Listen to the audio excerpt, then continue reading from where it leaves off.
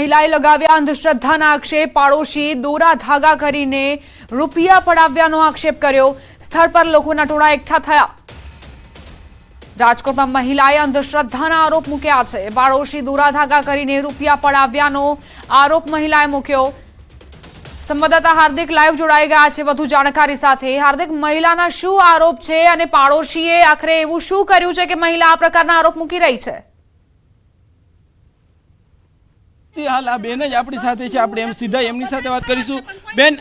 બેન શું કહેશો, શું થયું તું તમારી સાથે અને શું આક્ષેપ છે તમારો? મારે બસ મારા ભાઈએ પૈસા લીધા હતા, 5 લાખ રૂપિયા 20% મારા ભાઈ લીધા હતા, અત્યારે 15 લાખ કર્યા છે। બોલો બેન, એ ખાસ દોરા ધાગા કરતા હતા શું? હા, દોરા ધાગા જો એના ઘરમાં બધું છે, રવિવારે ને મંગળવારે દોરા ધાગા કરે છે અને એનું ઘર અત્યારે એમાં જ હાલે છે, વ્યાજ વટામાં દોરા ધાગામાં જ, કેમ કે એના ઘરમાં કોઈ કામ નથી કરતું। દોરા ધાગામાં શું શું કરે? એ તાંત્રિક વિધિ, લીંબુ નાન તે કારા દોરા ને એવું બધું જો મારા ઘર પાસે રવિવાર ને મંગળવાર પડ્યું હોય, બરોબર?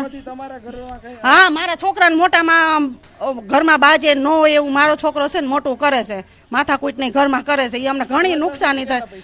મારા પાસેથી માંગતા હતા, એ તો મેં કંઈક 30-40 હજાર દઈ દીધા। મારો ભાઈ અત્યારે 5 લાખ રૂપિયા એની પાસેથી લીધા હતા, એ અત્યારે દઈ નથી થઈ ગયો। ચોક્કસથી હાલ આ જે મકાન છે, આ મકાનમાં આ જે પરિવાર રહેતો હતો એના ઉપર મહિલાએ આક્ષેપ કર્યા છે। થોડી વાર પહેલા વિજ્ઞાન જાથાની ટીમ પણ પહોંચી હતી। અત્યારે જે છે સમગ્ર મામલો માલવીયા પોલીસ સ્ટેશન।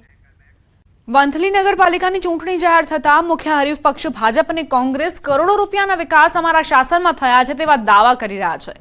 અહીંના સ્થાનિકો અને મતદારો અલગ જ પોતાની પ્રતિક્રિયા આપી રહ્યા છે। તેઓ કહી રહ્યા છે કે હજુ પ્રાથમિક સુવિધાનો અભાવ છે। ભાજપ કોંગ્રેસના દાવા સામે મતદારો બંનેની પોલ ખોલી રહ્યા છે। ખાસ તો અહીં જાહેર શૌચાલયની સુવિધા પણ નથી। સાંકડા રસ્તાને લઈ ટ્રાફિક જામની કાયમી માથાકૂટ રહે છે। નાના માણસો આજે પણ બીપીએલ કાર્ડ માટે ધક્કા ખાઈ રહ્યા છે। ત્યારે ભાજપ કોંગ્રેસના વિકાસના દાવા વચ્ચે હજુ પણ વંથલીના લોકો પીડાઈ રહ્યા છે। જૂનાગઢ જિલ્લાની વંથલી નગરપાલિકાની ચૂંટણી જાહેર થઈ છે, ત્યારે કોંગ્રેસ અને ભાજપ બંને છે તે વિકાસના દાવાઓ કરી રહ્યા છે કે અમે એટલો વિકાસ કર્યો છે। ત્યારે આપણી સાથે છે તે વંથલીના સ્થાનિકો છે, એનો મૂળ જાણીએ કે કેવો વિકાસ થયો છે અથવા કેવો વિકાસ ઝંખી રહ્યા છે। શું લાગે છે તમને આજે? મારું નામ મગનભાઈ ભટ્ટી છે। વંથલીનો વિકાસ તો થયો છે થોડોક ભાજપના શાસન દરમિયાન, હજી એ વિકાસ કરે તો સારું, હજી થવો જોઈએ વિકાસ। ભાજપ કેવો વિકાસ ઈચ્છો? એટલે ગામની અંદર રોડ સારા બનવા જોઈએ, પાણીની વ્યવસ્થા હરકી હોવી જોઈએ, ત્યાં ધક્કા ખવડાવે નગર। જૂનાગઢમાં માણાવદર નગરપાલિકા સૌથી વધુ ચર્ચામાં છે, કેમ કે અહીં હાલ ભાજપના ધારાસભ્ય છે અને તેઓ એડી ચોટીનું જોર લગાવી રહ્યા છે અને હાલ બંને મુખ્ય હરીફ પક્ષો કોંગ્રેસ અને ભાજપ જીતના દાવા કરી રહ્યા છે। હાલ અહીં વહીવટદારનું શાસન છે, બીજી તરફ માણાવદરનો મુખ્ય મુદ્દો પાણીનો પ્રશ્ન છે અને સૌથી પહેલા પાણીનો પ્રશ્ન હલ થાય તેવા પ્રયત્નો હાથ ધરાશે તેવી વાતો બંને પક્ષો દ્વારા કરવામાં આવી રહી છે।